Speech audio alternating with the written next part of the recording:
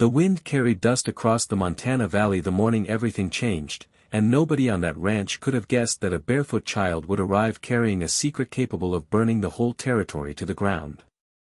Samuel Carter had built his life on silence and hard work, never expecting either to be interrupted by a little girl's trembling voice asking for the one thing most people never dared ask for on his land, a job. She stood at the edge of his property as the early light spilled gold across the fields, her small frame swallowed by a torn brown dress that clearly wasn't made for her. Dust clung to her ankles. A baby, no older than 8 months, was strapped to her back with a strip of worn cloth, his tiny head bobbing against her shoulder with every breath she took. In her hand she gripped a wooden broom like it was the only thing standing between her and the end of the world. Samuel studied her from the barn doorway, the way a man studies a storm cloud rolling in from the west, uncertain whether it will pass or break everything in its path. He lowered himself to one knee, meeting her eyes the way he would meet a grown man's, not a child's. "What kind of work can a little girl like you do?" he asked, his voice low and careful, the way a man speaks when he already suspects the answer will break something inside him. She tightened her grip on the broom handle until her knuckles turned white. "I can sweep. I can feed the horses. I can clean the barn. I can do anything," she said, her voice cracking on the last word. "Just please give me a job before my brother gets weaker." Samuel said nothing for a long moment. The wind moved through the dry grass behind her, and somewhere in the distance a hawk circled low over the hills, as if it too were waiting to see what kind of man Samuel Carter really was. He looked past her small shoulders toward the road she'd walked in on, and something cold moved through his chest, though he couldn't yet say why. Because Samuel didn't know it yet, but this child standing before him wasn't running from hunger alone. Dried mud caked her bare feet from miles of walking through creek beds and back trails, the kind a person takes only when they're trying not to be followed. Thin red scratches marked her arms, the kind left by branches when someone runs through brush in the dark rather than risk the open road. And her eyes carried a fear no 8-year-old should ever have learned to carry, the fear of someone who has already watched the worst thing happen and is bracing for it to happen again. Beyond the ridge behind her, hidden by rock and pine, 3 riders sat still on their horses, watching the ranch through the morning haze, patient as vultures who already know exactly where the meal will fall. They had been trailing her for a day and a night, staying just far enough back to remain unseen, close enough to strike the moment she let her guard down. Samuel didn't know why a starving child would be hunted like a fugitive. He only knew that whatever answer waited for him, it was about to walk straight through his front gate. Samuel carried the plate out himself, warm bread, soft eggs, a cup of milk still steaming faintly in the morning air, and set it gently into Lucy's small hands as if it might shatter. She stared at it the way a person stares at something they've been taught not to trust. "I have to work first," she said quietly, pulling the plate half an inch away from herself. "Who told you that?" Samuel asked. "Nobody," she answered, eyes falling to the dirt. "But my father always said we don't take what we haven't earned." Something in Samuel's chest tightened at the word father, spoken in past tense by a child too young to understand what that tense truly meant. He placed the plate firmly back into her hands. "Your first job is eating," he said. "That's an order from the owner."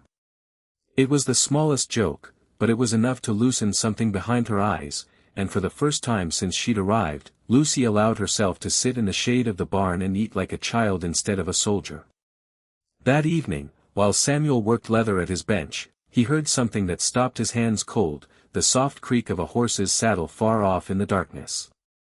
He stepped to the barn door and found Lucy already standing in the shadows, staring toward the ridge like she was reading a language only she understood. "What are you looking at?" he asked. "Nothing," she said too quickly. "Lucy," he said again, gentler this time. And that was when the truth finally cracked open. "3 men have been following us," she whispered. "Since yesterday." "Why?" Samuel asked. "I don't know," she said, though her hands were already moving toward the pocket of her dress.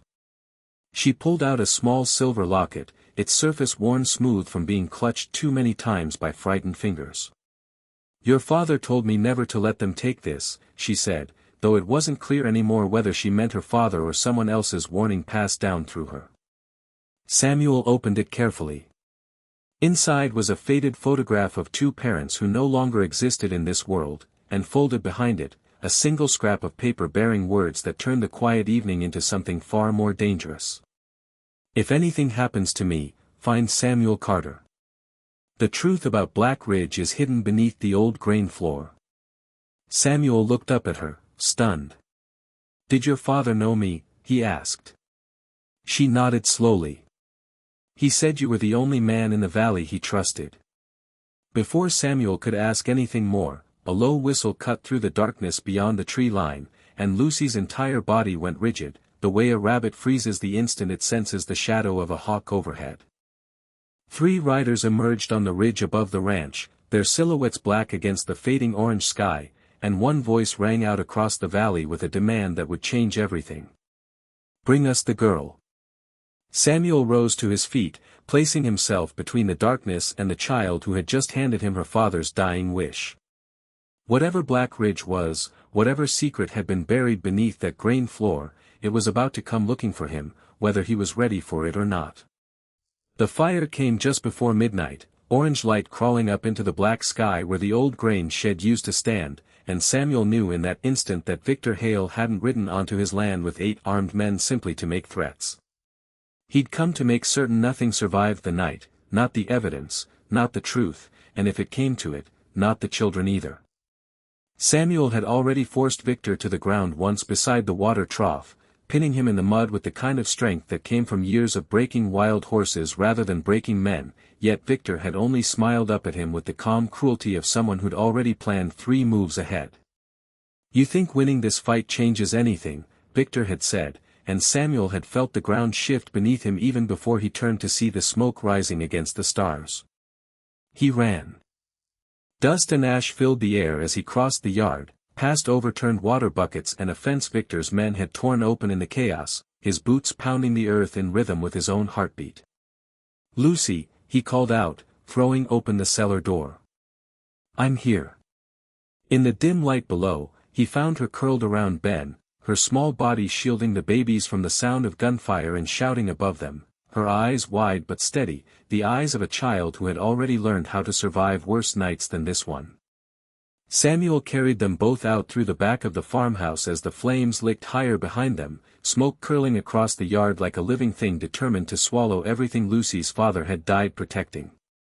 Yet as Victor's men began retreating into the darkness, believing the fight was over, they failed to notice one small but devastating detail.